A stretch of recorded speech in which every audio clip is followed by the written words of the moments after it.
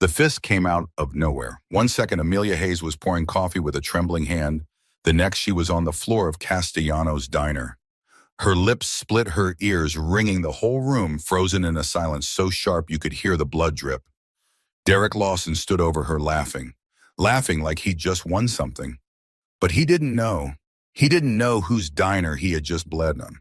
He didn't know the man about to walk through that door was Vincent Castellano himself. And he had no idea that in 60 seconds he'd be the one begging on the floor. Before we go any further, do me one small favor. Hit that subscribe button and ring the bell, because tonight's story is one you'll want to finish all the way to the end. And down in the comments, tell me the city you're watching from right now. I love seeing how far my stories travel. Grab your coffee, get comfortable, and let's begin. Amelia Hayes had learned a long time ago that the quietest people in a room are usually the ones carrying the loudest memories. She was 29 years old, though most nights she felt closer to 50. Her hair was pulled back in a tired ponytail, her apron was stained with old coffee rings, and there was a small, pale scar on her left eyebrow that she never talked about. Not to the cooks, not to the regulars, not to the other waitresses, not to anybody. She hadn't talked about that scar in 3 years.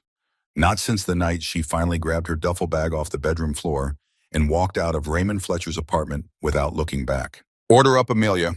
Got it, Tony. She slid 2 plates off the window meatloaf for table 7, a grilled cheese for the trucker at the counter, and made her way across the checkered boardroom of Castellano's diner like she had 1,000 times before. Her feet ached. Her back ached. Her soul ached, if she was being honest. But none of it showed on her face. She had become very, very good at not letting anything show on her face. Here you go, Mr. Delmonico. Extra gravy, just how you like it. You're an angel, kid. Don't tell my mother. The old man laughed into his napkin. He always laughed at that joke, even though she'd said it 100 times.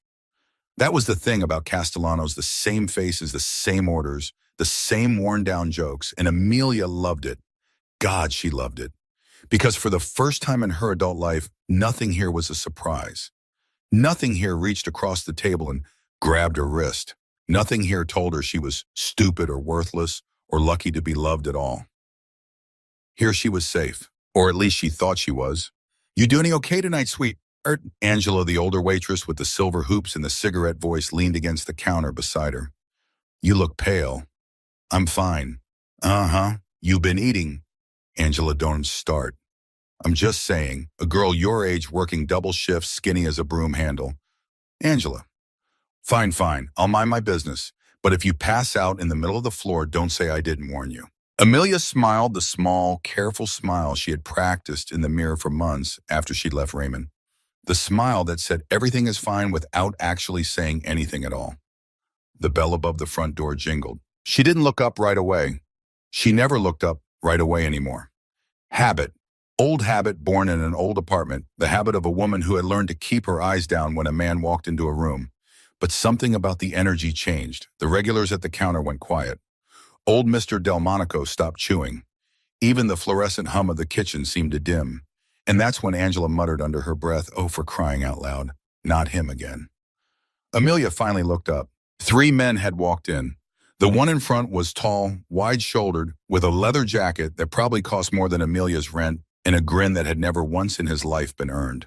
Derek Lawson. She didn't know his last name yet, but she knew his type. God help her, she knew his type. He had that walk, that loose swinging, I own the world walk that always made her stomach tighten into a little fist. Angela, she whispered. Who is that? Trouble. That's who. Goes by Derek. Runs errands for the Moretti family. Thinks he's bigger than he is. Moretti. Shh, just keep your head down, honey. He usually gets bored and leaves.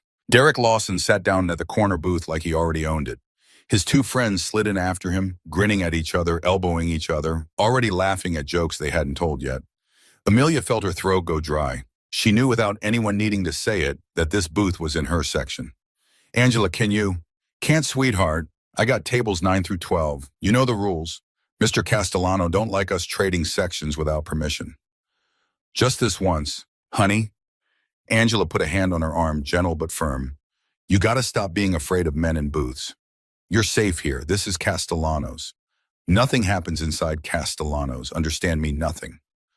Amelia nodded. She didn't believe it, but she nodded. She picked up her little pad, tucked a pen behind her ear, and walked over to the booth. Evening, gentlemen. Can I get you started with something to drink? Derek looked up slowly, too slowly, and let his eyes drag across her from top to bottom in a way that made her want to scrub her skin. Well, well, well, he said. Fresh face. Where you been hiding, sweetheart? In the back, probably. What can I get you? What can you get me? That's a loaded question, ain't it, boys? His friend snickered. Amelia kept her pen steady.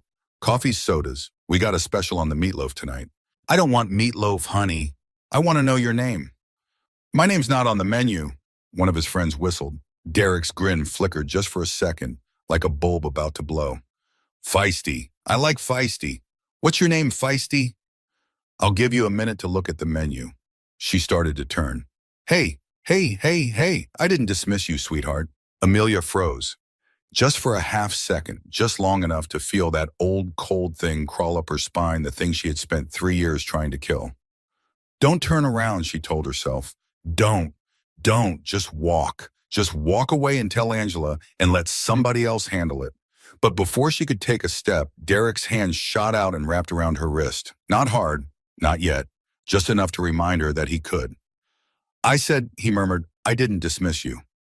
Her heart stopped. Every regular in the diner, old Mr. Delmonico, the trucker at the counter, the couple by the window, every single one of them heard that click of tension in the air. Tony the cook leaned forward against the pass-through window.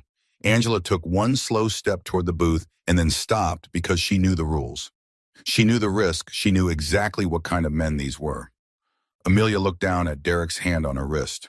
And something inside her, something she had buried 3 years ago, with a duffel bag and a bruised jaw and a bus ticket to Brooklyn, something inside her looked up from its grave. Let go of me. Or what? Let go of me. See, I don't think you understand who I am, sweetheart. I come in here, I expect a little hospitality, a little respect. I don't come in here to get attitude from some skinny little Derek. One of his friends, the quieter one, tapped his arm. Derek, come on, man. Not here. You know the rules. This is Castellanos. I don't give a damn whose place this is. I'm a Moretti man. I go where I want. I do what I want. You got a problem with that, Nicky? I'm just saying. Well, don't say. He let go of Amelia's wrist, but only to flick his fingers dismissively the way a man flicks a bug off his sleeve. Bring me a coffee, sweetheart. Black. And try to smile next time. Nobody tips a sourpuss. Amelia walked away from that booth with her face burning and her hands shaking so badly she had to grip the coffee pot with 2 fingers just to pour. She made it to the counter. She made it behind Angela's shoulder. She made it almost all the way to the back when Angela grabbed her elbow and said quietly, Breathe, kid. In through the nose, out through the mouth. You're okay. You're okay. He grabbed me. He grabbed me. I know, I saw. Why didn't anybody? Because the rule of this diner is Vincent's rule. And the rule of Vincent is nobody lays a hand on anybody in here. Period. That's why it was so shocking. That's why every person in this room went still. You understand what Derek just did? He ain't just disrespecting you. He's disrespecting Vincent Castellano in Vincent Castellano's own house. You just don't know it yet. Who is Vincent Castellano? Angela hesitated. Then she lowered her voice until it was barely a whisper. He's the reason you've been safe working here, honey. He's the reason nobody cusses in this diner. He's the reason rival mob guys can sit 4 feet apart and eat their eggs in peace. He owns this place. He owns a whole lot of things. And he has exactly one rule. What's the rule? No violence. Ever. In Castellanos. The word violence hung in the air like smoke. Amelia picked up the coffee pot again. Her hand had stopped shaking. Something quieter had taken its place, something more dangerous. She was tired. She was so tired. Tired of men like Raymond. Tired of men like Derek. Tired of flinching, of swallowing, of making herself smaller in booths and kitchens and hallways and bedrooms. She had run halfway across the country to stop being this woman. Angela? Yeah. I'm going to bring him his coffee, and then I'm going to tell him to leave. Honey, I'm done. I'm done. Angela's eyes filled up for just a second. She squeezed Amelia's shoulder. Okay, baby. But you say the word and I come running. You hear me?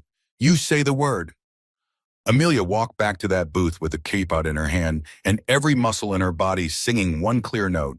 Not again, not again, not again. Your coffee. Derek looked up. That's more like it. She didn't pour it. She set the pot down. She folded her hands in front of her apron like her grandmother used to do in church, and she said in a voice that surprised even her with how steady it was, I'd like you to pay for your coffee and leave, sir. You're not welcome at my table tonight. For one full second, Derek Lawson didn't move. The whole diner didn't move. Then he laughed. A low, slow, mean laugh. The kind of laugh that used to come out of Raymond's throat right before his fist came out of his pocket. You're telling me to leave? Yes, sir. You are telling me to leave? Yes, sir, and I'd appreciate if you didn't come back. He stood up, and Amelia, God help her, Amelia took one small step back because her body remembered things her mind had tried to forget. You know what your problem is, sweetheart, Derek said, stepping around the booth, rolling up one sleeve in a way that was slow and deliberate and terrifying. Your problem is you forgot your place. Derek, his friend Nikki tried again. Derek, man, come on. Shut up, Nikki. Derek, you put a hand on this girl in Castellanos, you're gonna... I said shut up, Nikki. Amelia took another step back. Her hip bumped the counter.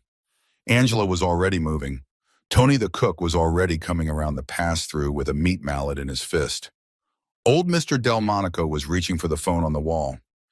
Everyone was moving. Everyone was about to do something.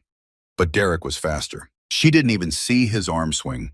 She just heard the crack, a sound like a branch snapping in a frozen tree, and felt the whole left side of her face turn into light. White hot light. And then the floor. The floor came up fast. The floor came up like it had been waiting for her. She felt her shoulder hit first, then her hip, then her head, a sharp, sick thud against the checkered tile she had mopped 1,000 times. She couldn't see. She couldn't hear. She could only taste blood. Somewhere a long, long way away, she heard Angela scream her name. She heard Tony shout something in Italian that she didn't understand. She heard chairs scrape and glass break, and the trucker at the counter yell, "Somebody call an ambulance." And above all of it, cutting through all of it, like a knife, she heard Derek Lawson laugh. Anybody else, he said. Anybody else want to tell me to leave? Silence. Yeah, didn't think so. He stood over her unconscious body and spat on the floor beside her head. And he smiled the way men like him always smile, the smile of a man who thinks the world belongs to his fist. He turned to his friends. Let's get out of here. Place is dead tonight anyway. His friend Nikki hadn't moved. Nikki was pale. Nikki was staring past Derek, past the counter, past the broken coffee cup at the front window of the diner, at the black car that had just pulled up outside, at the two men in long coats who had just stepped out of it, and at the third man, the older one, the one with silver at his temples, the one with hands in his coat pockets and a face like carved stone, who was walking toward the front door of Castellanos with the slow, unhurried pace of a man who already knew exactly what he was going to do. Derek, Nikki whispered. What? Derek, look. Look at the door. What are you? Derek turned. The bell above the door jingled, and Vincent Castellano stepped into his diner. He didn't speak. He didn't shout. He didn't even look at Derek at first. His eyes went straight to the floor, to the small, crumpled shape of Amelia Hayes in her white apron, her hair loose around her face, a dark stain spreading slow across the checkered tile. He looked at her for a long, long moment. And something in Vincent Castellano's face changed. Not anger. Anger was too small a word. It was something older than anger. Something quieter than rage, the look of a man who had just been reminded of every promise he had ever made in his life, and every promise that had ever been broken to him, and every rule he had ever written in blood on the walls of his own house. He finally raised his eyes. He looked at Derek Lawson. And Derek Lawson, the man who 5 seconds ago had stood over an unconscious woman and laughed. Derek Lawson, the Moretti enforcer, the untouchable, the invincible. Derek Lawson felt something cold and wet start down his back, and he heard his own voice suddenly very small. Say, Mr. Castellano, I didn't know this was, Close the door, Nikki, Vincent said quietly. Mr. Castellano, sir. Close the door. Nikki closed the door. The bell jingled one last time. And somewhere in the long, impossible silence that followed, old Mr. Delmonico crossed himself. The door clicked shut behind Nikki, And the sound of that little brass bell, a sound every regular in Castellanos had heard 10,000 times, suddenly felt like the last sound a man hears before a judge reads his sentence. Vincent Castellano didn't move from the doormat. He didn't need to. The whole room was already moving toward him, whether it wanted to or not. Every eye, every breath, every thought in every skull in that diner had already been pulled toward the silver-haired man in the long black coat, and Vincent hadn't even raised his voice yet. He looked down at Amelia Hayes on the floor. "Somebody," he said very quietly, "tell me how long she's been down." Maybe 30 seconds, Mr. Castellano," Angela whispered. She was kneeling beside Amelia with a folded dish towel pressed against the side of the girl's head. Her hands were shaking so badly the towel kept slipping. She ain't moving, sir. She ain't moving at all." "Is she breathing?" Yes, sir, she's breathing." "Good." Vincent's jaw moved just once. "Tony, you behind that counter?" "Yes, Mr. Castellano." "Call Dr. Russo, not the hospital." "Not yet. Dr. Russo first. Tell him I said drop whatever he's doing." "Yes, sir." "And call Sal. Tell him to bring the car around back." "Right away, sir." All this time, every second of it, Vincent had not once looked at Derek Lawson. And that more than anything else was what was starting to make Derek sweat. "Mr. Castellano?" Derek tried to laugh. It came out dry. "Mr. Castellano, listen, there's been a misunderstanding here, all right? The girl, she got mouthy with me. She was disrespecting me, okay, in front of my boys, and I'm..." "Derek," Nikki's voice was a ghost. "Derek, stop talking. I'm begging you. Stop talking." "Nikki, shut your mouth. Mr. Castellano, with all due respect, I didn't know this was your place. I swear on my mother I didn't." "You didn't know." Vincent's voice had gone soft. That was the thing that made Angela look up sharp, and that was the thing that made old Mr. Delmonico cross himself a second time. Because every regular in Castellanos knew that when Vincent's voice went soft, you did not want to be the person he was talking to. "You didn't know this was my place." "No, sir, I swear." "Derek." Vincent finally lifted his eyes. "The name of the diner is Castellanos. It is painted in 6-inch letters on the window behind you. It is printed on the menu in your hand. It is stitched on the apron of the woman lying at my feet. And you walked in here, you sat down in my booth, you ordered my coffee, you grabbed my waitress by the wrist, and now you are standing on my floor telling me you didn't know." "Mr. Castellano, do I look stupid to you, son?" "No, sir. No, sir, absolutely not." "Then don't talk to me like I am." Derek's mouth opened and closed. Nothing came out. Vincent took one step forward. Just one.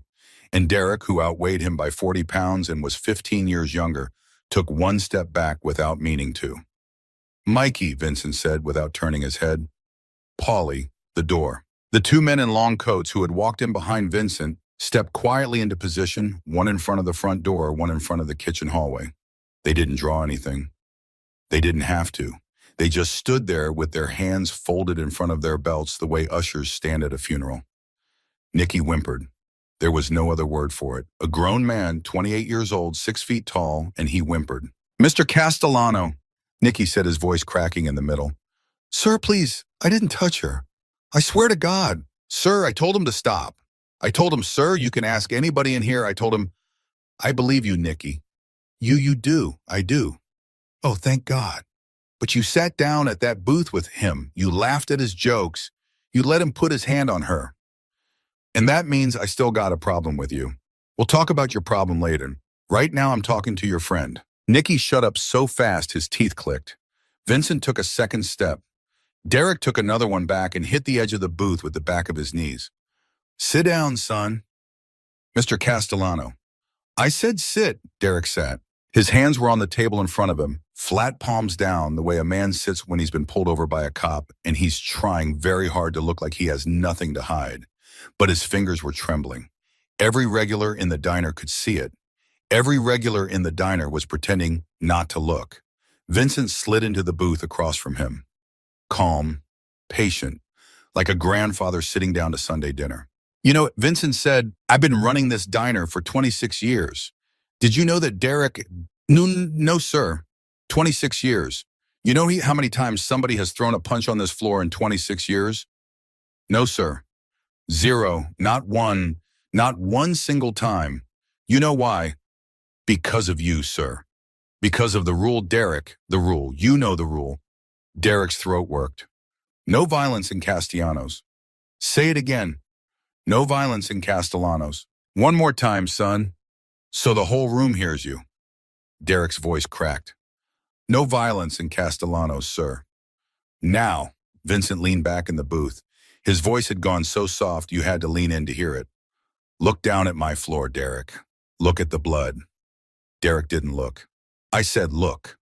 Derek looked. A small, slow river of red had crept out from underneath Angela's dish towel, dark against the white tile, spreading in a shape that looked almost like a handprint. Amelia's cheek was pressed flat against it. Her lashes were still. Her mouth was open, just a little the way a child's mouth falls open when they're finally truly asleep. Derek made a sound in the back of his throat. Not a word, just a sound. That, Vincent said, is my floor, and that is my waitress, and that is her blood. In 26 years, Derek. 26 years, and you did it in 30 seconds. Mr. Castellano, sir, I'll pay for the cleaning. I'll pay for the doctor. I'll pay for whatever you... Money. Vincent almost smiled. It wasn't a smile. He wants to give me money. Sir, I just meant... Derek. Vincent leaned forward. His forearms came down slow on the table. Who do you work for? The Morettis, sir. Which Moretti? Joey, sir. Joey Moretti. Joey. Vincent nodded almost kindly. Little Joey. I've known Joey Moretti since he was 8 years old. I used to buy that kid pistachio gelato down on Mulberry Street. You know that? No, sir. Joey and I got an understanding, Derek. Joey runs his blocks, I run mine. And the one thing, Derek, that Joey Moretti and I agreed on 30 years ago sitting in a back room on Elizabeth Street was that this diner is neutral. That any man in any family, any man on any side of any beef in this whole damn city can walk in here and eat his eggs and drink his coffee and nobody touches him. Nobody. You understand what I'm telling you? Yes, sir. So when you walked in here tonight and put your hand on this girl, Derek, you didn't just break my rule. You broke Joey's rule, too. Derek went the color of skim milk. Oh, God, he whispered. Now you're starting to understand. Mr. Castellano, please, sir, Joey doesn't have to hear about this. I can make this right. I can apologize to the girl. The girl is unconscious, Derek. When she wakes up, sir, Derek stopped. If she wakes up. Sir, you don't know how hard you hit her, do you, son? Vincent's voice had gone quiet again. Too quiet. You didn't think about it. You just swung. A 190-pound man with a closed fist on a 110-pound woman who was standing flat-footed and hadn't raised a hand to you. You didn't think about her jaw. You didn't think about her neck. You didn't think about the tile floor behind her. You didn't think about anything, Derek. You just swung. So no, you don't get to tell me how you're going to make it right when she wakes up. Because right now in this moment, you and I don't know if she wakes up. Derek's hands had started to shake so hard the table was vibrating, and then from across the diner, a small voice. Mr. Castellano. It was old Mr. Delmonico, 74 years old, still sitting at his usual spot by the window, his cup of decaf gone cold in front of him. Mr. Castellano, I've been coming to this diner 20 years. I know, Sal, I know you have. And I'm a witness. You understand me. I am a witness. That boy grabbed her first. That boy hit her when she had her hands folded. That girl never raised her voice and never raised a hand. I'm eyes, Mr. Castellano. Whatever you need, I'm eyes. Thank you, Sal. I'll say it to Joey himself if I gotta. You won't have to, but thank you. Mr. Delmonico sat back down and wiped his eyes with a paper napkin, and a couple of the other regulars murmured the same thing I saw at Mr. Castellano. I saw the whole thing, and Vincent nodded at every one of them, slow and grave the way a priest nods at a confession. Then he turned back to Derek. You hear that, son? Yes, sir. 8 witnesses, maybe 10, and every one of them's going to tell the same story. Yes, sir. So here's what's going to happen. You're going to stand up. You're going to walk, not run out that back door with Mikey and Polly. You're going to get in the car. And you're going to wait. You understand me? You're gonna wait while Dr. Russo comes in and tells me whether or not that girl on the floor is going to open her eyes again. And depending on what Dr. Russo tells me, Mr. Castellano, depending on what Dr. Russo tells me, Derek, I will then decide what kind of phone call I make to Joey Moretti tonight. Derek was crying now, actually crying, tears running straight down his face into his collar. Please, Mr. Castellano. Stand up, son. Please, sir, I got a mother. Everybody's got a mother, Derek. That girl on the floor had one too. Stand up. Derek didn't stand up. He couldn't. His legs wouldn't hold him. That was the moment every regular in that diner would talk about later. For years, the moment the big, loud, swinging-shouldered Moretti enforcer sat in a booth in Castellano's diner and could not make his own legs work. Mikey, Vincent said very quietly. Yes, boss. Help the gentleman up. Mikey crossed the floor in 4 long strides, reached down and hooked one hand under Derek's armpit. Not rough, almost gentle, like a nurse lifting an old man out of a wheelchair. Derek came up like a puppet on a string, his knees knocking his jacket, crumpled, that stupid leather coat he had walked in with, now looking like a kid's costume on a scared little boy. Walk, Derek. Mr. Castellano, I'm begging you. You are embarrassing yourself in front of my customer's son. Walk. They started toward the back hallway, and that was when Amelia Hayes groaned. Everyone froze. It was a small sound, barely a sound at all, a thin little breath through bloody lips, a twitch of her fingers against the tile. Angela gasped and leaned down close. Baby, can you hear me? It's Angela. It's Ang, sweetheart. You're okay, you're okay. Don't try to move. Don't try to. Amelia's eyelashes fluttered. Ang, I'm here, baby. I'm right here. My head. I know, sweetheart. I know the doctor's coming. The doctor's coming. Right now. You just stay with me, okay? You stay with Angela. Vincent Castellano, who had been halfway to the back hallway, one hand on the small of Derek's back, stopped dead in his tracks. He turned around. And for the first time that night, the silver-haired man in the long black coat, the man whose voice had never once risen above conversational, the man who had put the fear of God into a Moretti enforcer, without so much as lifting a finger, that man's face changed.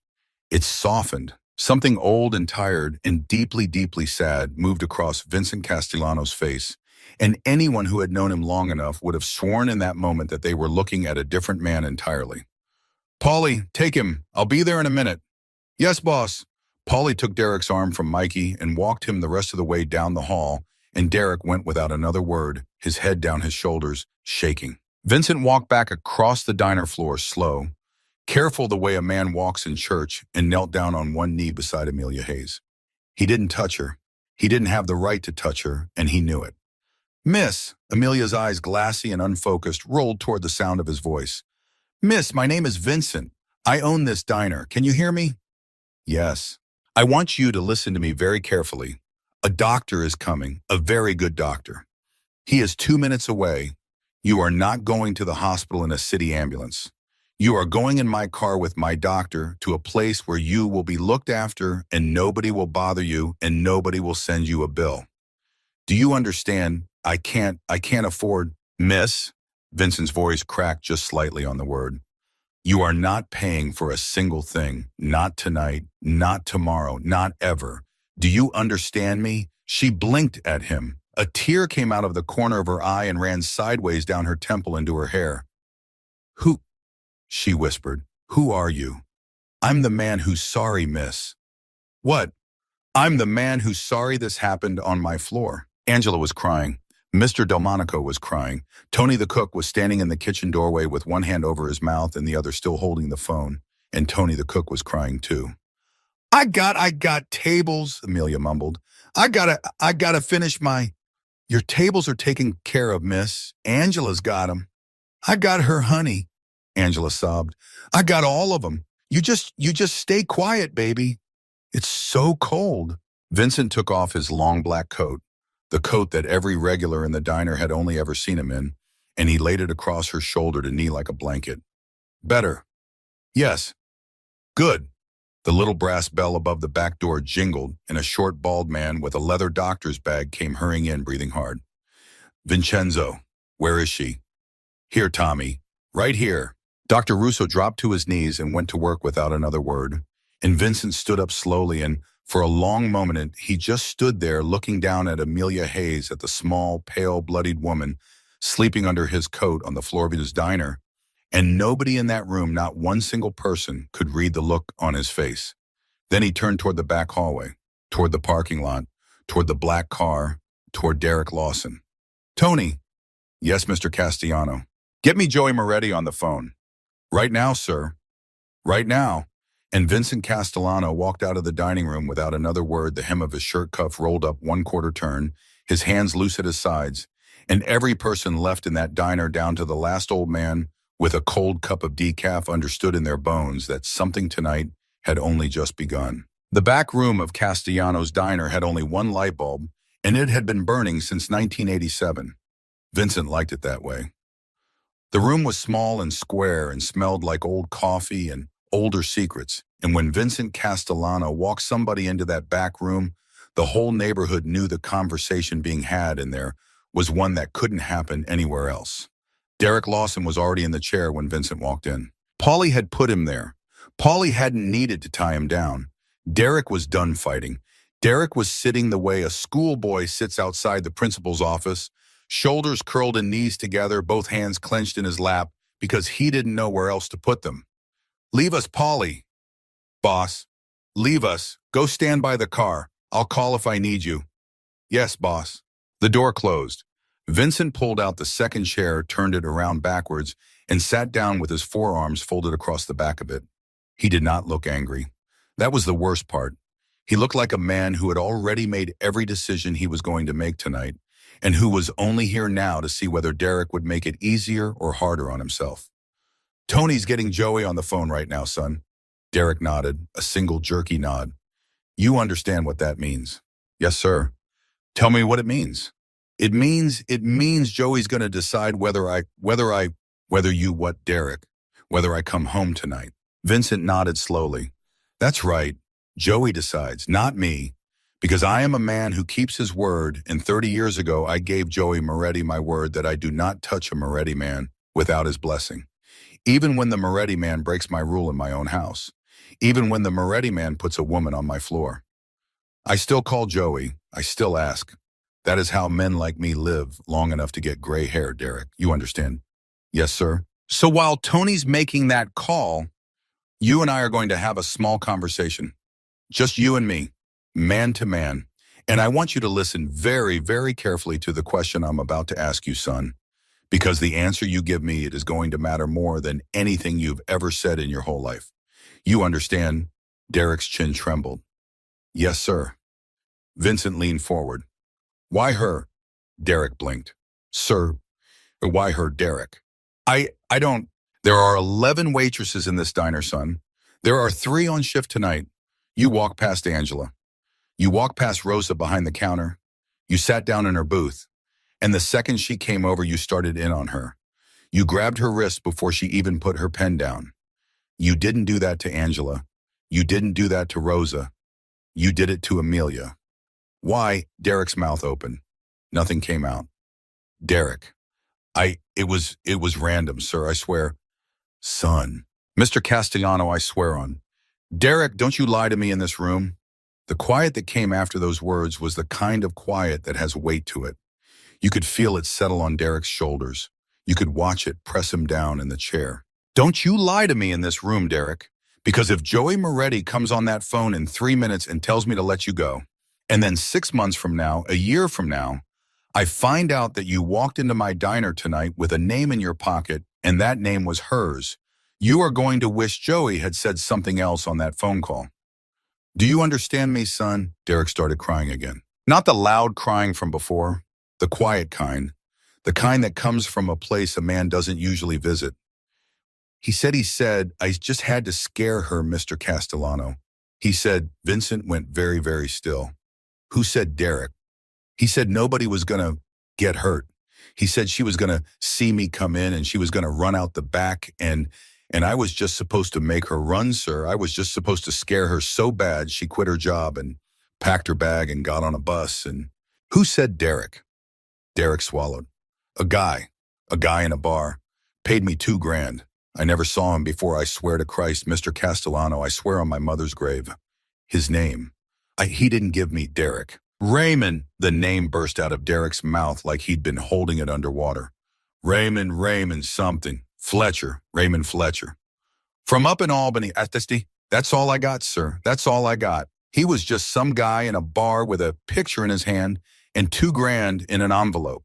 And he said the girl used to be his wife and she run off on him and he just wanted her to come home.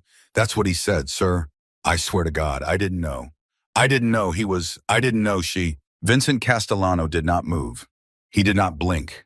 He sat there, forearms folded on the back of that chair for a count of 5 full seconds. And in those 5 seconds, Derek Lawson would later swear that he watched the temperature in the room drop 10 degrees.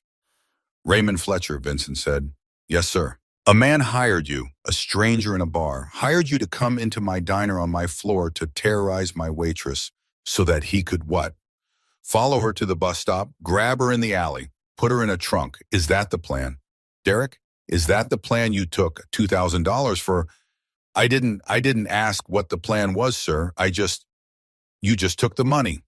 Yes, sir. You just took the money and you didn't ask. Yes, sir. Vincent slowly let out a breath.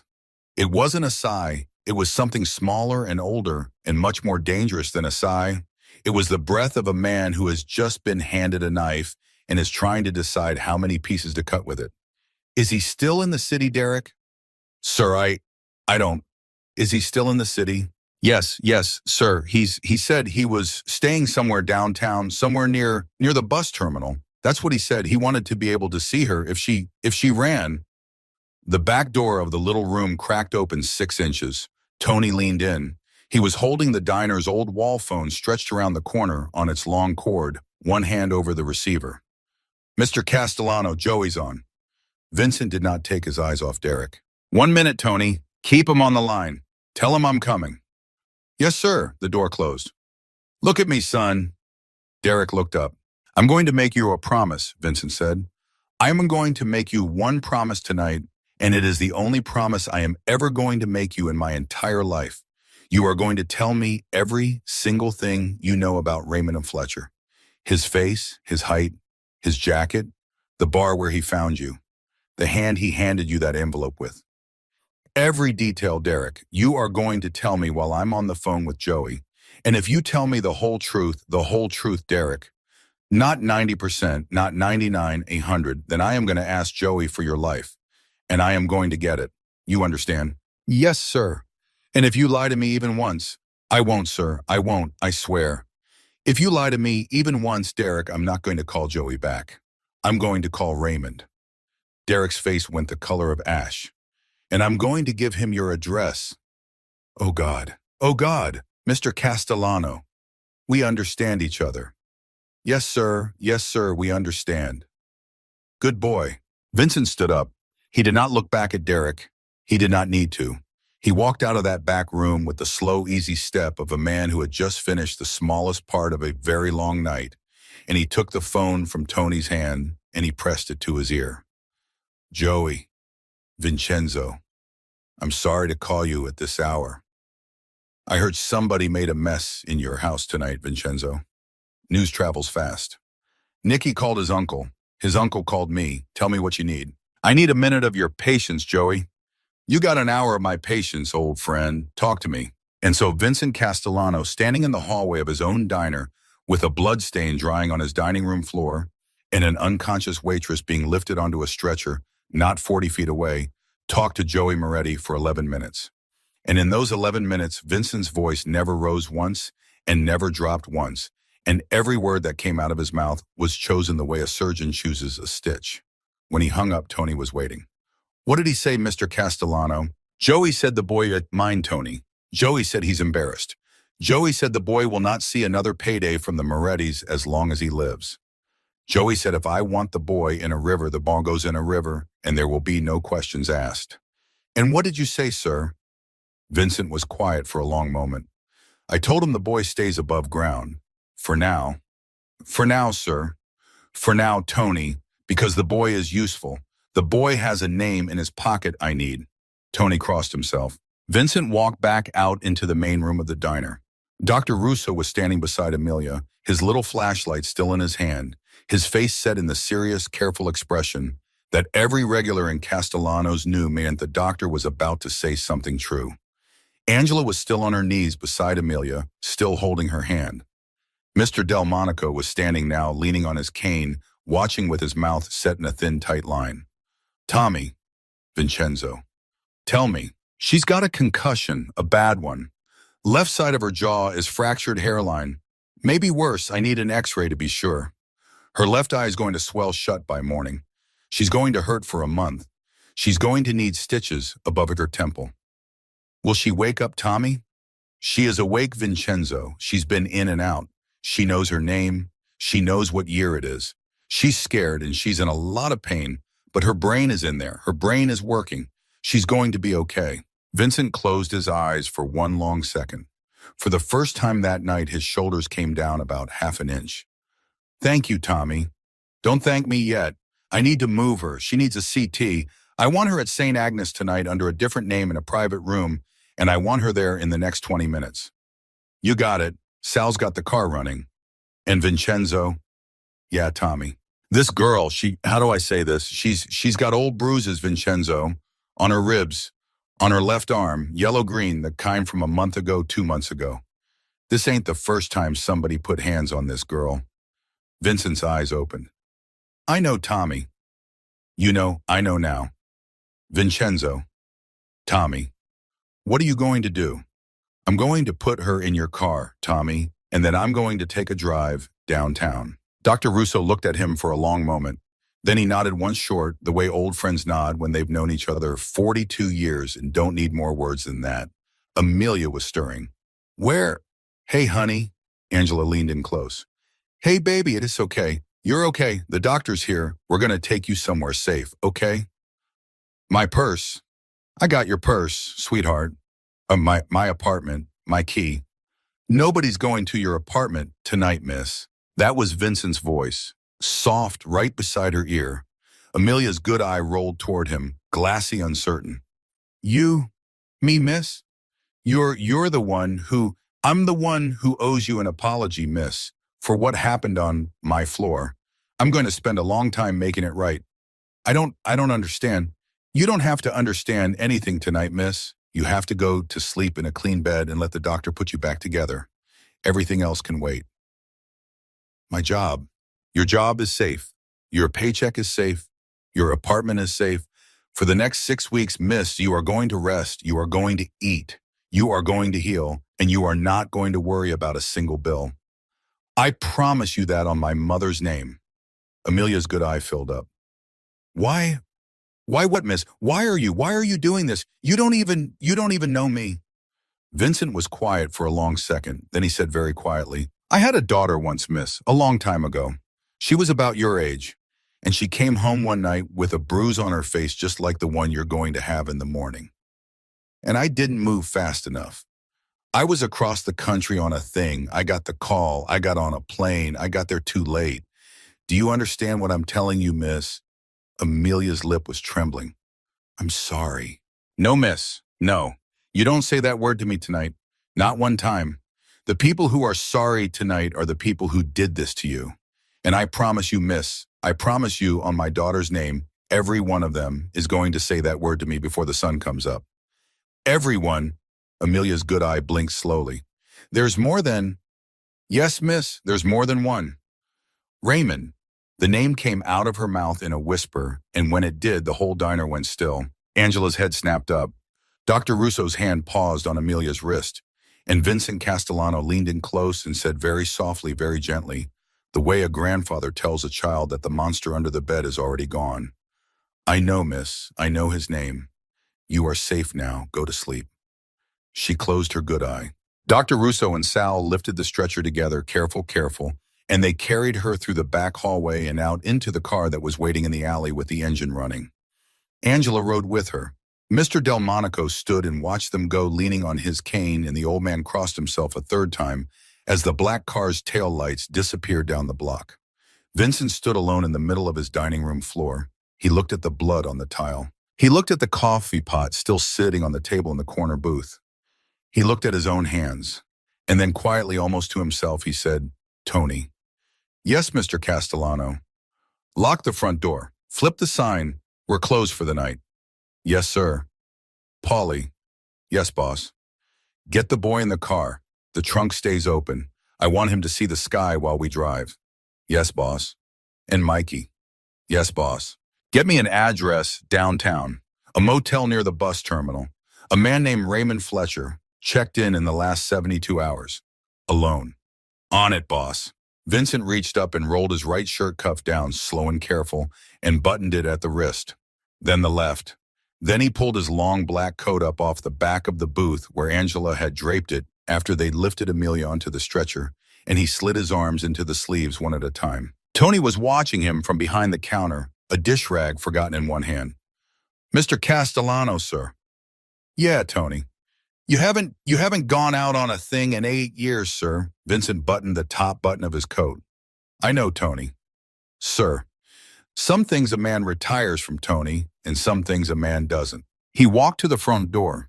He paused at the little brass bell, and without turning around, without raising his voice, he said one last thing to the empty dining room of the diner he had run for 26 years. Nobody, he said, nobody lays a hand on a woman in Castellanos. He opened the door, the bell jingled, and Vincent Castellano walked out into the night.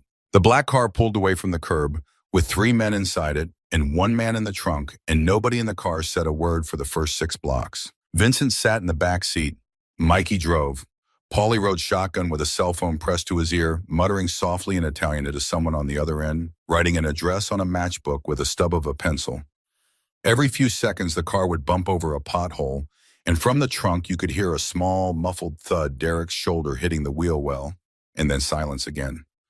Paulie? Yeah, boss. You got it. Got it. The Belmont Arms, room 212, checked in Tuesday afternoon under the name Ray Fletcher, paid 3 nights in cash. The clerk said the guy's been going out every evening around 7, coming back around 2 in the morning, real regular, real quiet. He's in the room right now. How do we know that? Clerk says his key's not on the hook. Good. Mikey glanced up at the rearview mirror. Boss, you want me to take the long way? Take the long way, Mikey. Yes, boss. Vincent turned his head toward the window. The city was sliding past the bodegas with their metal grates half down. The old men out on stoops, smoking the kids on the corner, with their hoods up, and Vincent looked at all of it and didn't see any of it because in his mind, he was sitting in a hospital waiting room in Denver, Colorado 8 years ago, listening to a doctor he didn't know tell him in a quiet, apologetic voice that his daughter Sophia had passed at 4:17 that morning, and there was nothing more they could have done, and he was so sorry for his loss. Vincent closed his eyes. He hadn't thought about that waiting room in a long time. He had spent 8 years building walls around it. He had built those walls out of the diner, out of the rules, out of the long hours, and the black coffee and the handshake deals with men like Joey Moretti. He had built those walls so high that for weeks at a time, he could forget there was anything on the other side of them at all. And tonight, because of a man named Raymond Fletcher and a boy named Derek Lawson and a small pale waitress with a scar on her eyebrow who had said, "My name's not on the menu tonight," every single one of those walls had come down. Boss? Yeah, Mikey. We're about 6 minutes out. Pull over. Here, boss. Here, boss. Here. The car eased to the curb in front of a closed-up laundromat. Mikey put it in park. Paulie turned around in the front seat, his eyebrows raised, but he didn't say anything. He just waited. That was the thing about Paulie. Paulie had been with Vincent for 31 years, and Paulie knew when to wait. Paulie. Yeah, boss. Open the trunk. Bring him up here. Front passenger seat. Mikey, you're going to step out and have a cigarette for 10 minutes. Yes, boss. Paulie, you stand by the back door. Hands free. Yes, boss. A minute later, the passenger door opened, and Derek Lawson was dumped into the front seat like a sack of wet laundry. His eyes were red. His cheeks were wet. There was a streak of dirt across his forehead from the inside of the trunk. He didn't turn around. He stared straight ahead out the windshield because he knew without being told, without even wanting to know, that Vincent Castellano was sitting directly behind him and that the only thing Vincent had to do to end Derek's life right now was lean forward once. Derek. Yes, sir. You ever been to the Belmont Arms? Once, sir, just once. About a week ago. That's where he... That's where Raymond paid me. In his room. In the lobby, in the coffee area, by the vending machine. You went up to his room. No, sir. He came down. He didn't want me up there. But you saw him come out of the elevator. Yes, sir. What floor? Second floor, sir. I heard the bell ding. Good boy. Vincent was quiet for a long moment. Then he said conversationally, almost kindly, Derek, I want you to tell me about Amelia. Derek's whole body twitched. I I don't know her, sir. I swear to, not tonight, Derek, the picture Raymond showed you in the bar. Tell me about the picture. Oh, oh yes, sir. It was a photograph, like an old-fashioned one from a photo lab, not a phone picture. It was of the girl, younger. Maybe 5, 6 years ago, she was smiling in it. She had long hair, and there was a man in the picture with her, sir, with his arm around her. Raymond. Yes, sir. Describe him. He's big, sir. Not as big as me, but big. 6 foot, maybe a little more. Heavy in the shoulders. Reddish hair going gray at the temples, blue eyes, real pale blue. He's got a scar on his knuckles. Right hand. Like an old break that healed wrong. I noticed it when he handed me the envelope. What does he wear? A brown leather jacket. Old one. And cowboy boots, sir, real cowboy boots. He said he used to work on ranches out west. That's what he told me. What's his voice sound like? Soft, sir. That's what threw me. He's got this soft, real gentle voice, like a preacher, sir. Like the guy wouldn't swat a fly. Vincent nodded slowly. The ones that do the most damage always sound like preachers, Derek. Yes, sir. What did he tell you about the girl? Derek swallowed. His hands were clenched in his lap. He said she was his wife. He said she stole money out of their joint account and ran. He said she made up stories about him to his family. He said everybody believed her because she's pretty, and people always believe a pretty face. And he said all he wanted was to talk to her. Just talk to her. He said if she'd just come home, he'd forgive everything. And you believed him? Yes, sir. For $2,000, you believed a man you never met when he said his wife was a thief and a liar. Yes, sir. Derek.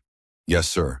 When he handed you the envelope, when you saw the scar on his hand, when you heard that soft preacher voice of his, did any part of you, son, think this man is lying to me?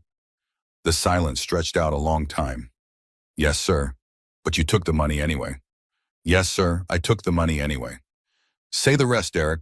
Derek's face crumpled. Because I didn't care, sir. Because it wasn't my problem. Because I wasn't the one who was going to have to deal with what came after. I took the money because I didn't care what happened to her, sir. I didn't care. Vincent Castellano was quiet for a long time. Then he said very softly, thank you for telling me the truth, Derek. Yes, sir. That is the first man-sized thing you have done tonight. Yes, sir. Now I want you to listen to me very carefully, because I am about to tell you what is going to happen in the next 30 minutes, and I am going to tell you exactly once. Yes, sir. Mikey is going to drive you to a place I own out by the water. You are going to sit in a room there with Paulie, and you are not going to move. You are not going to call anybody. You are not going to touch a phone. You are not going to use a bathroom without Paulie standing next to you. You are going to sit. You are going to breathe. You are going to wait. Yes, sir. If the sun comes up tomorrow and I am still alive, Derek Pauly is going to drive you to a bus station. He is going to put you on a bus. That bus is going to go somewhere that is not New York. You are not going to come back to New York. You are not going to call Joey Moretti. You are not going to call your mother. You are going to get off that bus in some town you have never heard of, and you are going to find a job washing dishes or digging ditches or sweeping floors. And you are going to do that job, Derek, every day for the rest of your life, like a man who has been given a second chance that he did not earn. Do you understand me? Yes, sir. And if the sun comes up tomorrow and I am not still alive, oh God, then Paulie is going to put you in the ground behind the place by the water, Derek, because you are going to be the last loose end. And men in my line of work do not leave loose ends behind them when they go. Do you understand? Yes, sir. Yes, sir. Good. Vincent tapped the window twice. Mikey flicked his cigarette into the gutter and came back around to the driver's side. Mikey. Yes, boss? Take the boy to the house by the water. Stay with Paulie. Keep him quiet. Yes, boss. And you? Drop me 2 blocks from the Belmont. I'll walk the rest. Boss, Mikey. Yes, boss. I want to walk the rest. Yes, boss.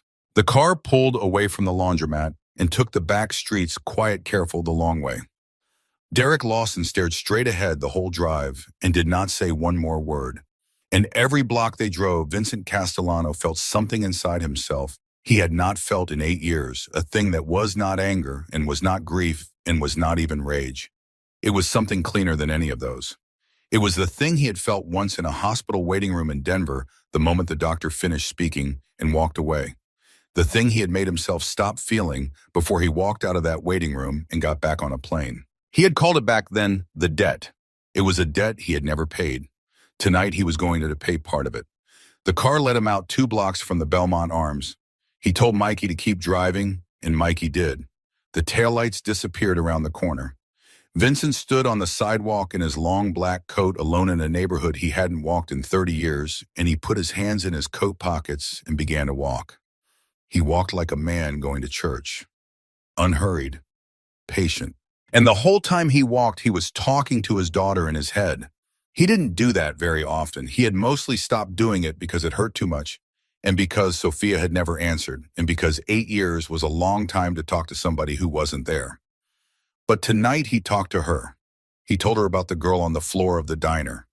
He told her about the bruises Dr. Russo had found on her ribs. He told her about the soft-voiced man at the Belmont Arms, and he told her that her father was sorry, so sorry, that he hadn't gotten to Denver in time, and that tonight he was going to do for somebody else's daughter what he had not been able to do for his own. Forgive me, Sophia, he thought.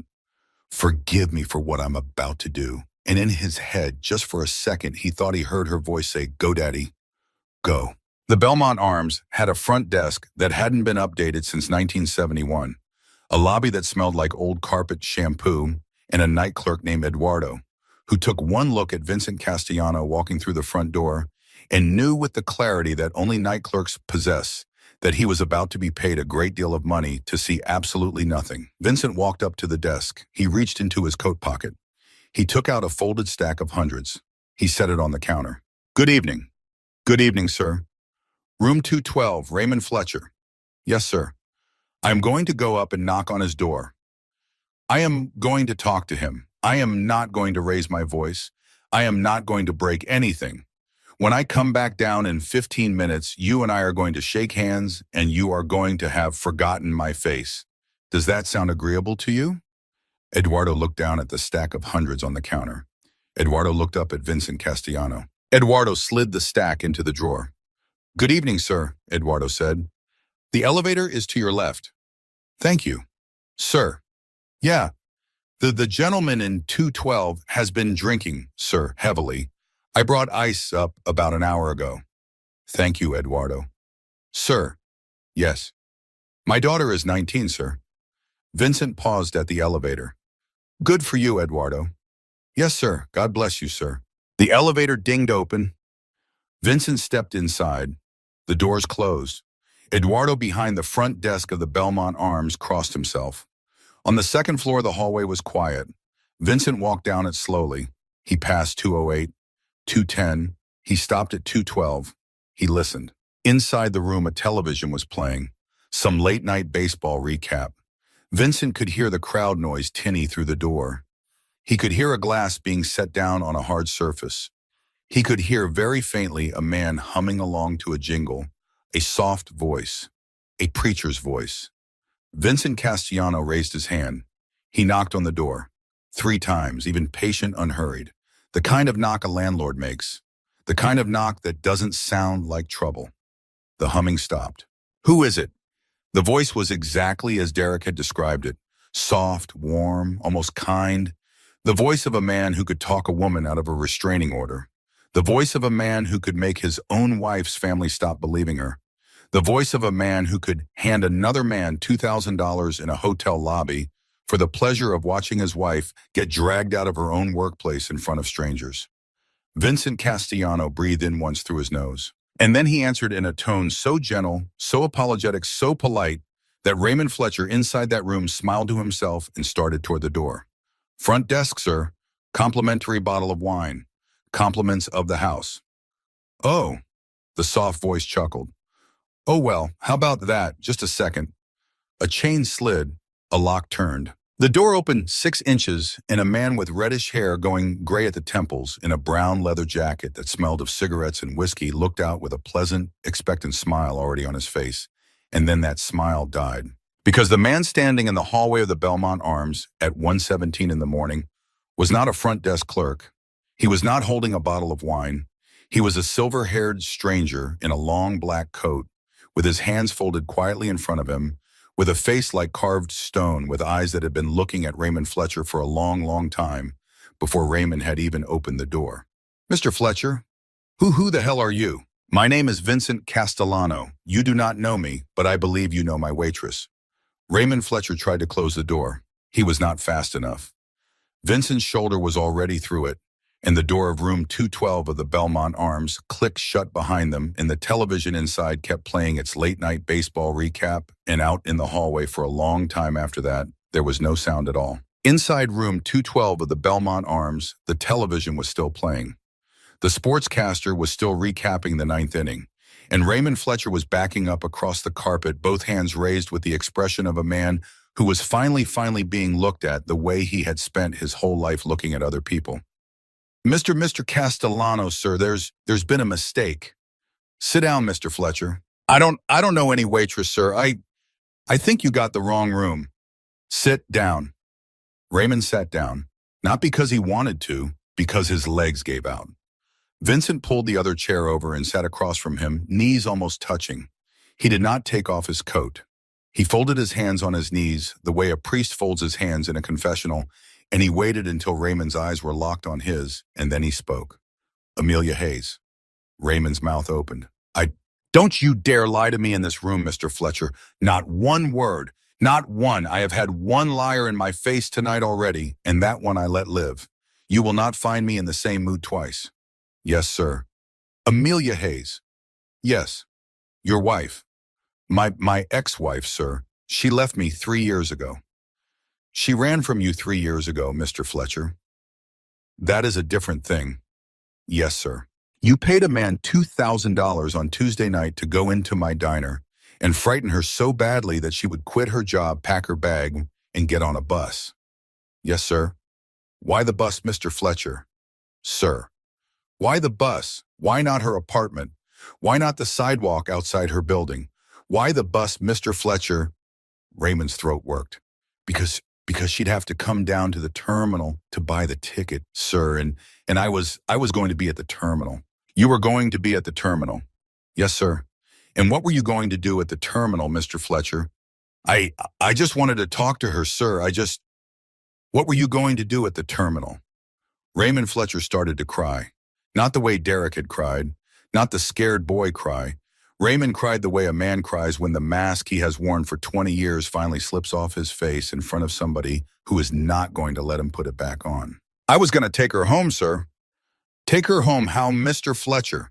In the trunk, sir." Vincent was quiet for a long, long moment. Then he said almost gently, "Thank you for telling me the truth." "Please, sir, please. Stand up." "Mr. Castellano, please." "Stand up, Mr. Fletcher." Raymond Fletcher stood up. His knees were shaking so hard they were knocking. His big shoulders, the shoulders that had pinned a 24-year-old girl against a kitchen wall 100 nights in a row, those shoulders were trembling like a child's. "Turn around." "Sir, turn around. Hands behind your back. I'm not going to hurt you tonight, Mr. Fletcher." "You don't rate." And for the first time that night, Raymond Fletcher understood something about himself that he had spent 46 years never understanding. He was small. He had always been small. He had only ever been big in one kitchen, in one apartment to one woman, and now the one woman had gotten away from him, and in any other room to any other man, Raymond Fletcher was exactly what he had always been, a coward with a soft voice and a scar on his knuckles. Mikey. The door of room 212 clicked open. Mikey had come back. He was standing there with his hands folded in front of his belt, the way ushers stand at a funeral, and he had a roll of duct tape in one hand. Yes, boss. Wrists, ankles, mouth, no marks on the face. Yes, boss. He's going with us to the place by the water. Yes, boss. He is not going to leave the place by the water, Mikey. Understood, boss. Raymond Fletcher made a sound in his throat that was not a word. Vincent turned his head toward him almost kindly. Mr. Fletcher, I want you to understand something. I am not doing this because you hit her. Men hit their wives every day in this city, and I do not drive to their motel rooms because it is not my business. I am doing this because you paid a stranger $2,000 to put her on my floor. You made it my business, Mr. Fletcher. You walked into my house. That was your mistake, not the bruises on her ribs, not the bus station. My floor. Do you understand? Raymond Fletcher was crying so hard he couldn't answer. Mikey? Yes, boss. Get him out of here. And Vincent Castellano walked out of room 212 of the Belmont Arms, down the hallway into the elevator, and through the lobby, and as he passed the front desk, he did not look at Eduardo, and Eduardo did not look at him. They had already shaken hands. They had already forgotten each other's faces. The black car was waiting at the curb. Vincent got in. The car pulled away into the dark. And that, for Raymond Fletcher, is where his story ended. The place by the water is not a place this story needs to visit. Some doors, once they close, should stay closed. What the regulars of Castellanos would later agree on over many years and many cups of coffee was simply this, that Raymond Fletcher was never seen in New York again, and that the question of where he went was a question nobody in that diner ever asked out loud. The sun came up over Brooklyn at 6:14 that morning. Vincent Castellano was already at St. Agnes Hospital, sitting in a chair in the hallway outside a private room on the 4th floor, drinking a cup of bad hospital coffee out of a paper cup. He had been sitting in that chair for 2 hours. He had not taken off his coat. Dr. Russo came out of the room and closed the door softly behind him. Vincenzo. Tommy. She's awake. She's asking for you. Vincent stood up. Wow. For me. For the man who gave him his coat. Vincent looked down at his coat. He hadn't even realized he was still wearing it. Tommy. Yeah, Vincenzo. Is she going to be all right? She's going to be all right. The jaw is cracked but not displaced. 4 weeks in a soft brace, 6 weeks of soup. The concussion is a bad one, but she's a strong kid, Vincenzo, stronger than she looks. She's going to heal. Physically, she's going to heal. And the rest, Dr. Russo was quiet for a moment. The rest is going to take longer. Old friend, but I think for the first time in a long time, she believes she has the time. You gave her that. Vincent nodded. He pushed the door open. Amelia Hayes was sitting up in the hospital bed, or half sitting, propped against 2 pillows, the left side of her face a watercolor of purple and yellow, her left eye swollen shut, a thin white bandage wrapped around her temple. She looked impossibly small in the bed. She looked like a child. But her good eye turned toward the door, and when it landed on Vincent, it filled up with tears. Hi, miss. Hi. May I come in? Please. Vincent walked to this chair beside her bed and sat down slowly, carefully, like a man afraid of waking a baby. How are you feeling, miss? Like a truck hit me. That's about right. Mr. Castellano. Vincent, miss, just Vincent. Vincent. Yes, miss. Amelia took a long, slow breath. It clearly hurt her. Her good eye closed, then opened again. Angela told me, she said. Angela told me you went out last night. Did she miss? She said you hadn't gone out in a long time. That's true, miss. Her good eye searched his face. Raymond. Vincent was quiet for a long moment. You are never going to see that man again, miss. Not on the street, not at a bus stop, not in the window of a coffee shop, not in the corner of your eye on a busy sidewalk, not ever. I want you to hear me say those words, and I want you to believe them because they are true. You are never going to see him again. Amelia's good eye overflowed. She turned her face toward the pillow, and she cried, quiet shoulder shaking, crying the kind of crying that comes out of a woman who has been holding her breath for 3 years and is finally allowed to let it out. Vincent sat in the chair and did not touch her because he did not have the right to touch her, but he stayed. He stayed while she cried. He stayed while her shoulders shook. He stayed until eventually her breathing slowed and evened out, and she turned her face back toward him. Why? Why what, miss? Why did you do all this for me? You don't even know me." Vincent thought about his answer for a long time. Then he said quietly, "Because somebody should have, miss, a long time ago. Somebody should have." "Your daughter." "Yes, miss." "What was her name?" "Sophia." "Sophia." "Yes, miss." "She would be proud of you tonight, Vincent." And Vincent Castellano, the man who had not cried since a hospital waiting room in Denver 8 years ago, the man who had sat through his own wife's funeral with a face like carved stone, the man whose own soldiers had never seen him blink, Vincent Castellano put his face down into his hands in a hospital room at 6 in the morning, and he cried. Amelia Hayes reached out with her good hand. She put it on top of his. And they sat there, the Mafia boss and the waitress. Neither one saying a word for a long, long time. 6 weeks later, Castellano's diner reopened its corner booth. Angela came in early that morning. Tony fired up the grill at 5:30, the way he had for 26 years. Mr. Delmonico shuffled in at 6:02 and took his usual seat by the window, and he ordered his usual decaf, and he opened his usual newspaper. Everything was the way it had been. Everything was exactly the way it had been. Except the bell above the door jingled and Amelia Hayes walked in. She was wearing a clean white apron.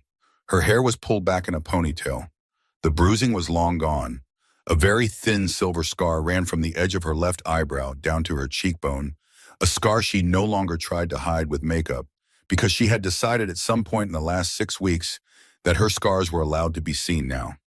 She looked different. It took Angela a second to figure out why, and then Angela figured it out.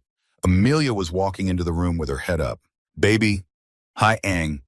"Baby, come here, come here, come here." Angela wrapped her up, careful of her ribs, and held her for a long, long time, and half the regulars in the diner started clapping because that is what regulars do.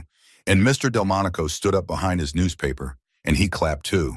And Tony the cook came out from behind the counter, wiping his hands on his apron, and his eyes were wet, and somewhere in the middle of all of it, Amelia Hayes started laughing, really laughing, the kind of laugh that comes out of a woman's chest and surprises her, the kind of laugh she had not made in a very, very long time. "I missed you all," she said. "I missed you all so much." "We missed you too, baby." "Where do you want me, Ang?" Angela pointed. "Your booth is waiting, honey." Amelia walked over to the corner booth. The booth where a man had grabbed her wrist 6 weeks ago. The booth where she had stood, pen in hand, and folded her hands in her apron and said, "I'd like you to pay for your coffee and leave, sir." She stood in front of it now. She put her hand on the back of the vinyl seat. She took one slow breath, and she was not afraid. And that was the thing. That was the whole thing. She was not afraid. The bell above the front door jingled. Vincent Castellano walked in. He was wearing his long black coat. His hands were in his pockets. He looked exactly the way he had looked the night he had walked in and ended everything, and exactly the way he had looked 6 weeks ago, sitting in a chair beside a hospital bed, and exactly the way Amelia realized he had probably looked for the last 30 years, a man who had decided a long time ago what kind of man he was going to be and who had never once since then changed his mind. "Good morning, miss." "Good morning, Vincent. Your first shift back." "Yes, sir." "How do you feel?" Amelia looked around the diner, at Angela behind the counter with a pot of coffee in her hand, at Tony in the kitchen window flipping 3 eggs at once, at Mr. Delmonico lowering his newspaper to watch her, at the checkered floor she had mopped 1,000 times that had once had her blood on it and that was now clean and was now hers again. She looked back at Vincent Castellano. "I feel like I'm home, sir." Vincent nodded, slow and grave. "Then welcome home, miss." He walked to a booth near the window. Angela was already pouring his coffee. Amelia tied her apron strings behind her back, tucked her pen behind her ear, and picked up her pad. She walked across the diner floor with her head up. She walked to the regulars at the counter, and she said, "Good morning, Mr. Delmonico." And she said, "Refill, Mr. Russo." And she said the usual, "Freddie." And every one of them smiled at her, and every one of them called her honey, and every one of them, every single one of them, made sure she could see their eyes. She was theirs now. She was home. And Vincent Castellano sat in his booth by the window with his coffee in his hand, and he watched her move through the diner she had come back to, and he thought for the first time in 8 years that somewhere, somehow, his daughter Sophia was watching too. He set his coffee down. He folded his hands on the table, and he smiled. The diner was open. The rule still stood. And Amelia Hayes was never going to run from anyone again.